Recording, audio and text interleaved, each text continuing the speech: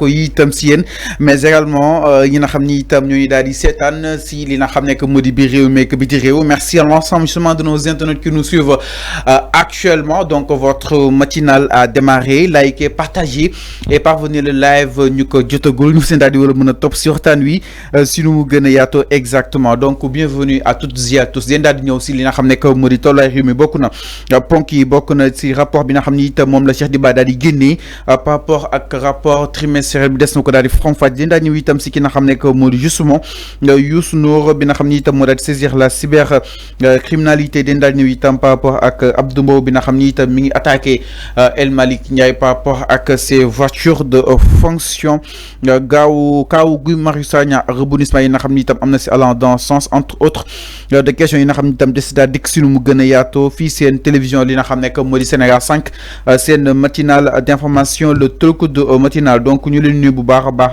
autant que vous êtes alors daleen ak jàmm léegi-léegi da nga koy daal di dooree foofu si daanuk li nga xam ne que moo di cybercriminalité le président du conseil d'administration du groupe Futurs Médias di ki nga xam ne que moo di Youssou Ndour nag moo daal di saisir la cybercriminalité pour atteinte aux droits de la personne et escroquerie moom nag loolu nag wala kon loolu la daal di yóbbee si yoon sa kana xam ni itam mooy escroqué donc nag la Star Planétaire mu daal déposer une plainte contre X après avoir découvert que son image est celle de sa sœur di ki nga xam ne que moo di Aby Nour donc utilisé frauduleusement sur Facebook pour daal di tirer ay fonds si yenn si ay nit maanaam seen ay fans jàppe ni itam une société fictive dénommée Saf Service moo daal di opérer sur le réseau social ay photo Youssou Ndour di ko utiliser ak sa sœur di ki nga xam ne que moo di Aby Nour neex daal di tirer quelque chose si internautes yi donc jàppe ni itam escroquerie moom la daal di toppee ñooñu moo tax mu daal di saisir exactement la cybercriminalité par rapport ak wàllu wunu mel bëgg na nag ñu daal di xool nekk si yooyu des comptes daal di utiliser exactement son image di daal di tromper la vigilance des utilisateurs man ni kon nag mu nekk ay kàddu yi nga xam ni itam Youssou Ndour yëkkati na ko mu daal di saisir exactement la cybercriminalité par rapport ak cette utilisation frauduleuse de son image di daal di estorquer li nga xam ne que moo di ay nit di leen escroquer di si aussi jël li nga xam ne que moo di ay fonds exactement alors Arfan naka na daal di jàngatee par rapport ak wàllu bu nu mel Youssou Ndour à la cybercriminalité justement pour dénoncer ces genres de pratiques yi nga xam ni itam ñu koy tekk si doom concrètement di utiliser turam ak ay photos. Oui, c'est aussi c'est la loi, la loi parce que aussi le droit à l'image wax nga ko mais aussi l'usurpation d'identité parce que boo xoolee ci le communiqué de Youssou Ndour via ses avocats dañu ne c'est comment ces arnaqueurs parce que ay arnaqueurs lañu ils ont utilisé de fausses identités moo tax ñu toppee leen usurpation d'identité et aussi escroquerie donc ci l'image de Youssou Ndour ñooñu ils ont créé seen kuréel mooy association de malfaiteurs bi nekk ci réseaux sociaux yi di voilà di utiliser image Youssou Ndour comme quoi que la fondation de Youssou Ndour ou je ne sais pas quelque chose quoi veut aider les jeunes mooy maanaam au financement dossier bi noonu la demee dañu ne c'est comment dire ces bandits là cette association de malfaiteurs dafa nekk ci réseaux sociaux yi di lancer des appels à l'offre di ne xale yi ni que Youssou Ndour et sa fondation veut aider la population les jeunes à trouver de l'emploi ou bien à trouver un financement donc jaarale ko ci loolu mooy maanaam dañu lay financer mais quand tu rembourses il y a pas un taux d'intérêt dans le remboursement on te finance mais tu rembourses avec sans taux d'intérêt alors que en général alors que la réalité c'est pas Youssou Ndour ces formes d'arnaque Serigne Fallou dañ koy faral souvent di gis ci le réseau Facebook comme ni nga ko waxee ni ci réseaux sociaux yi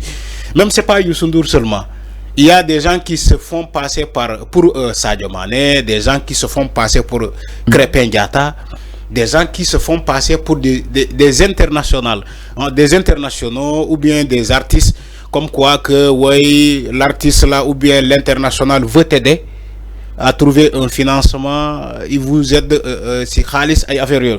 Alors qu'en réalité, c'est des arnaqueurs. Il n'y a rien de vrai. Moi, Youssou Ndour, quand ils ont utilisé son image tellement, il s'est senti offensé parce que quand il fait, vous faites que Youssou Ndour défolie, les gens vont croire que c'est Youssou Ndour qui est derrière cette plateforme. Les gens vont croire que Youssou Ndour a déjà plateforme bobu. Ou bien Youssou Ndour mo yoni ces gens-là pour ñu arnaquer Sénégalais. Donc il a bien fait de dénoncer dès qu'il est temps. Youssou Ndour a bien fait de saisir ses avocats et d'aller porter plainte contre X. C'est tout à fait normal. Parce que quand des gens, Youssou Ndour, xam nga dimension Youssou Ndour, c'est un artiste planétaire, c'est un chanteur de multidimensionnel. Alors, Youssou Ndour bobu yo ligne nga légui nga né c'est comment dire le président du conseil d'administration de la société Futur Média. Alors, Youssou Ndour bu nekké lolu, le PCA. Voilà, PCA de la société groupe Futur Média. Alors, Youssou Ndour avec son image nga yaakaar ni que war na bàyyi cette forme de pratique bi nekk ci réseaux sociaux yi contre son image bu ko bàyyee ni moom la ñuy attaché image am la ñuy ñaawal moo tax quand il a utilisé ses avocats pour aller porter plainte, c'est une chose que tout citoyen doit faire. Bu fekkee tu te sens vexé par un groupe d'individus ou bien un groupe d'individus utilise ton image à ton encontre, il faut alerter la police de cybersécurité. On s'attend à une évolution par rapport à la plainte de M. Youssou Ndour. Et il a le droit de porter plainte. Il a le droit. Alors, non exactement par rapport à Mirou qui n'a jamais que Modi Youssou Ndour si li nga xamné que Modi Yon ak waluk yonal donc jappé ni tam fum tol ni ki nga xamné que Modi Youssou saisir na la cybercriminalité, la Star Planétaire mi ngi dénoncer exactement l'utilisation frauduleuse de son image pour suturer exactement des fonds di wax ni dañuy financer wuñu kenn. Alors enfin de plus en plus lool nak bari na par rapport ak li nga xamné que Modi c'est fake compte. Alors lolo lan la ci loi bi daal di prévoir peut-être sûrement amna ay daan yu dis yo xamni tam amana ni képp ki nga xamni tam def nako yon ak war yon wala daal di wara mëna intervenir là-dessus concrètement. Oui, c'est sévère par rapport à la loi. Par exemple, Youssou Ndour lu muy topé ces gens-là, arnaque ou bien usurpation d'identité. Lolo c'est de l'imposture. Lolo buñ la jappé dañ lay tëj que prison, une peine allant de 5 à de 3 à 5 ans. Parce que c'est très dangereux d'utiliser l'image de quelqu'un. C'est comme si tu as fait un faux et usage de faux. Tu as utilisé de faux documents. Ou bien tu as imité une signature d'une personne pour nga soutirer de l'argent. C'est la même chose. C'est de l'arnaque, c'est de l'escroquerie. Donc lolo c'est puni sévèrement par la loi. Il faut que nous xam lolo. Toutefois ces personnes-là arrêtées, ils seront sanctionnés et punis par la loi pour l'image de Youssou Ndour. Parce que le droit de l'image aussi, ça joue. Le droit à l'image. À mon droit de l'image de Jambour, sans mon approbation. À son insu. Voilà, à son insu. Donc, je sais pour faire ça, il faut que l'image de Jambour, voilà. Même parfois, le photographe, il prend une image. Nga photo nit mo laaj la est-ce que man ma la jox l'autorisation nga ne ko wa balma wala est-ce que mën na la photo wala est-ce que mën na la jël en vidéo, ça se demande parce que le droit à l'image dafa am asatuma nga ne nga da nga jël photo jambour diko tafé ci ben compte nga ne way yoyaay nit koku moy usurpation d'identité bu ñuy wax ni ci le cas de Youssou Ndour, ils se font passer pour Youssou Ndour alors que c'est pas Youssou Ndour qui est derrière. C'est pas Youssou Ndour qui est derrière ce compte-là. Donc c'est puni sévèrement par la loi. Alors non exactement Mirou ki nga xamné ko modi Youssou Ndour ak yon ak walu yonal par rapport ak li nga xamni tam prévoir nako ci ñëwaat nañ ci nu mu gëna yaato jëm ci walu wul mais alors daaj ñu itam leneen